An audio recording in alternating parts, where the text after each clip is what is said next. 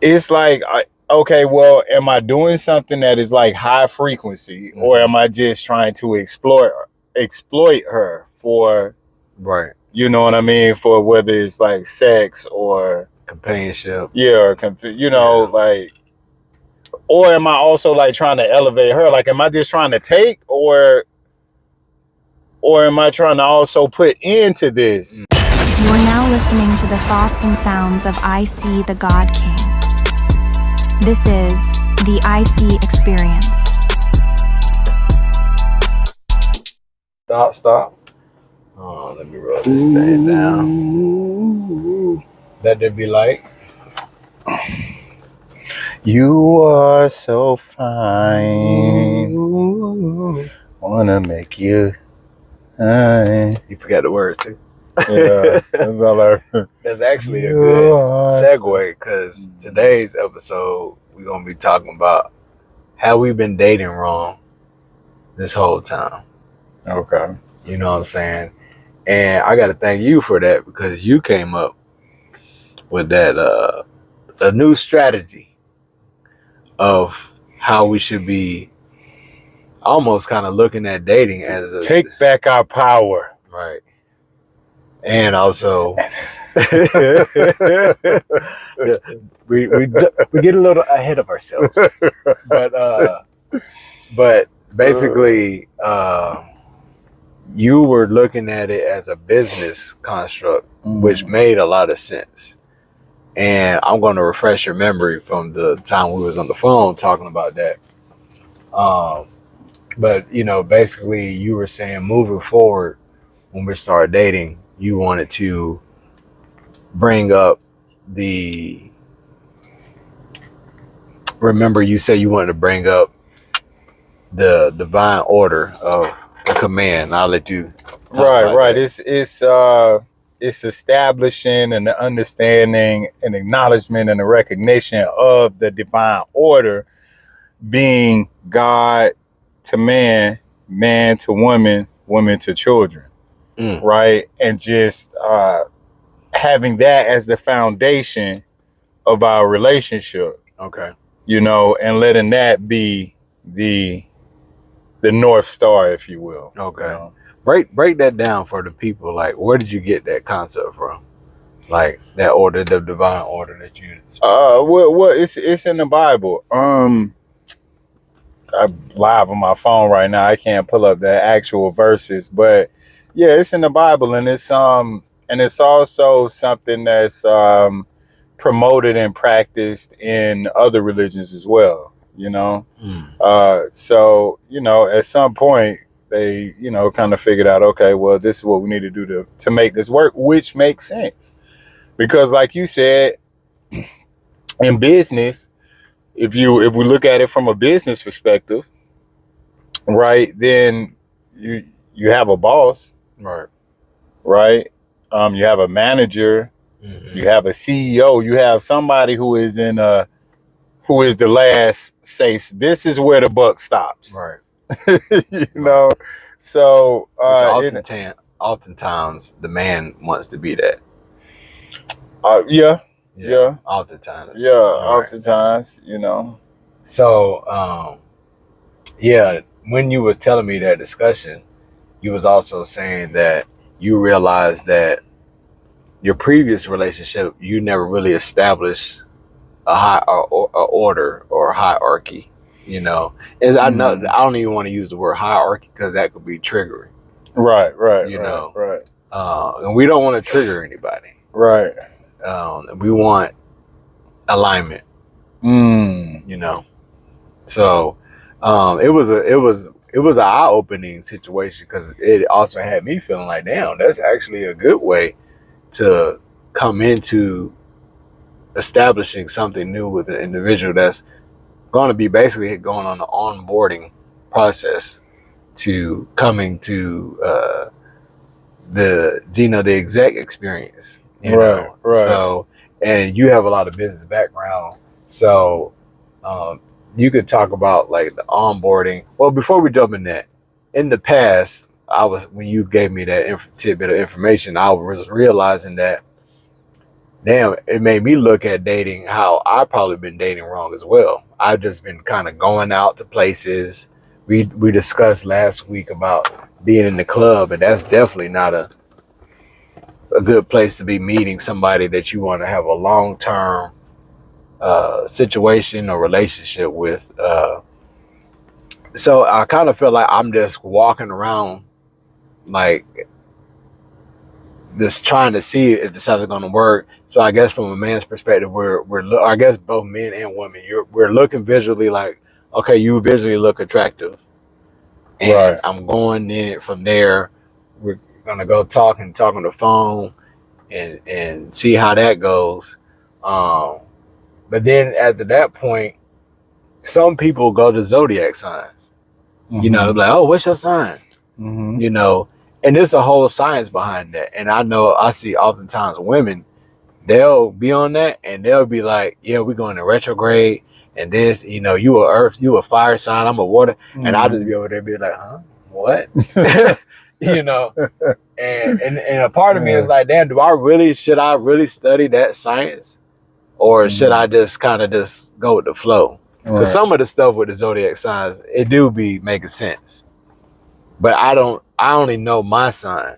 Mm-hmm. I don't really know enough to study everybody else's signs to be like, oh, you're not compatible with me, or vice versa, you know. Right. Well, you Well, it'll tell you pretty easy. Like when you put that information in Google or chat, it'll tell you like what signs you're compatible with. And when you did it, do you think that it was accurate? Like, could you think about girls that were those signs? I'm gonna tell you, bro, like 70 to 80% of the time, like it's pretty accurate. Yeah. And you just went to Google and did that. Yep. You can go to Google, do that. But you know, try to give you a breakdown too. But damn, I guess that's all we need to do is go on the zodiac sign and then just take it from there. Right. But you know, in my situations, I just felt like I would meet somebody, we'd vibe, we'd chill. I was measuring it by time. You know, a good friend of mine, he told me, you know, for individuals who want to get married, you need to date or be with that person for 7 years. And the first time I heard that number, I was like, Jesus Christ, that's a long time. But he was basically trying to say, people won't be able to fake who they really are within 7, you know, for that extent of time. You would have already seen everything. And he said that just for marriage, you know. I know everybody don't want to get married, but what do you think about that statement, like 7 years? You think that's a good enough time, or you think that's too much time? Or I mean, it sounds like a long time. Right. But I mean, when you talk about a decision like that, I mean, what's too long? Right. You know? Mm-hmm. But yeah, I mean, I do think you definitely want to It's nice. Yeah. I do think you definitely want to is he? Okay, I don't see him on here. But yeah, I mean you want to vet people out, and that's kind of like part of it is like, for the most part, people are just going around, like you said, you see who's attractive to you, and then you just kind of go from there. There's really I know like, yeah, there's a checklist, but there is not necessarily a there's not necessarily like right path method. Right. There's no what do they call them? SOPs. No standard operating procedures. There's no protocol. There's no guideline, you know, of like, okay, yeah, this is, because leading with that, it also puts us in, it also gives us guidance. Yeah. You know what I mean? Mm-hmm. And like, okay, is this in the light when I'm trying to take her with this situation, or am I just exploiting? Yeah. You're doing one or the other. Say that again. It's like, okay, well, am I doing something that is like high frequency, or am I just trying to exploit her for, right? You know what I mean? For whether it's like sex or companionship. Yeah, or like, or am I also like trying to elevate her? Like, am I just trying to take, or am I trying to also put into this? Mm-hmm. You know what I mean? Yeah, and the only time you'll figure that out is during that time, figuring out strengths and weaknesses. Like we always talk about balance. You want to be with somebody who's gonna be pouring back into you as well. You know what I'm saying? Right. So that's a real big sign that something that needs to be a part of that operations and procedures of an onboarding of a girlfriend or whoever. You know, because like I was telling you over the phone earlier this week, before it felt like I was dating as if I had a blindfold on and I was walking through a maze trying to figure out how to get to the end. You know, and after looking at it like that, compared to how you're saying, hey, up front, if you want to start messing with me or dealing with me or being in my time and my space, we got to get this understanding off top from the beginning. I'm gonna go by the divine order, and can you handle that? And right there, it's gonna let you know that's a big thing that it would have took me year 3 or 4. You would try to do little, hey honey, can you get this stuff for me? You'll do little tests, run subconsciously, like, hey, can you make me some coffee? Or are they gonna take the lead, like, hey, I see you had a long day. I made you some food, you know. Those little things will be like, oh, okay. As a man, it'll make me be like, oh, okay, you're thoughtful, you was thinking about me, and that's pretty good. Even if they couldn't, the food wasn't that good, the effort would still be like, hey, I really appreciate this. You know what I'm saying? Right. What'd you think? About what? Just the dating part of like how were you dating previously? Oh yeah. Just About being, what? being mostly like I didn't know if you like what you were referring to specifically, but yeah, just being mostly like sex driven. Yeah. You know what I'm saying? Yeah, not even if it be something was like it came more than that was like a surprise. It was just like extra Right on the cake, but it was like, okay, it was mostly like sex driven, not like, like, okay, here's some things that we can make happen together. We're in alignment on a lot of different levels, so we can make some different things happen. It's just like, oh, okay, well, as long as the sex line up. Right. Well, let me ask you this: have you like dated somebody where, let's say, the first time you had sex, it really wasn't magical, and then you tried to wait it out, like maybe that was just a one-off, and then you try to do it again, and then it might get better or it might stay the same. Usually get better. Right. Right. But have usually gets better. But now like you could be comparing too, like, I remember I had this one young lady that she was, oh man, it's there, you know, but then the next person you do it might not be where that was, but she might be able to do better in other areas. Would you still consider moving forward, knowing like you took a hit in the sex category since you were saying sex driven? So I feel like a lot of men are basically sex driven, right? But as long, like, do you think if the sex is whack? And there's another thing about that, right? If you're sex driven, if you are sex driven, she's leading you. She's leading the relationship. She's controlling the relationship. Yeah.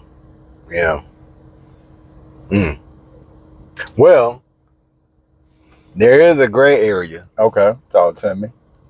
When you're in the talking stage, she could be trying to persuade you to lock you in, because you talked about in that conversation previously, leverage.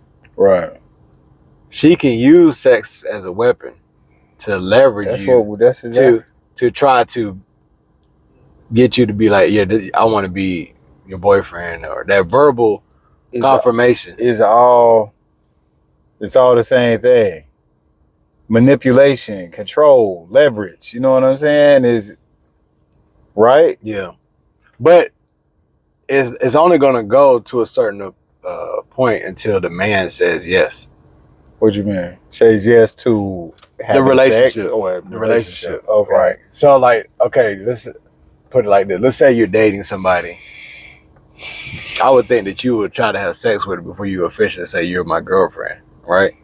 Usually. Right. Right. So not me, but that's from what I've heard. That's how it goes. So in my mind, I'm like,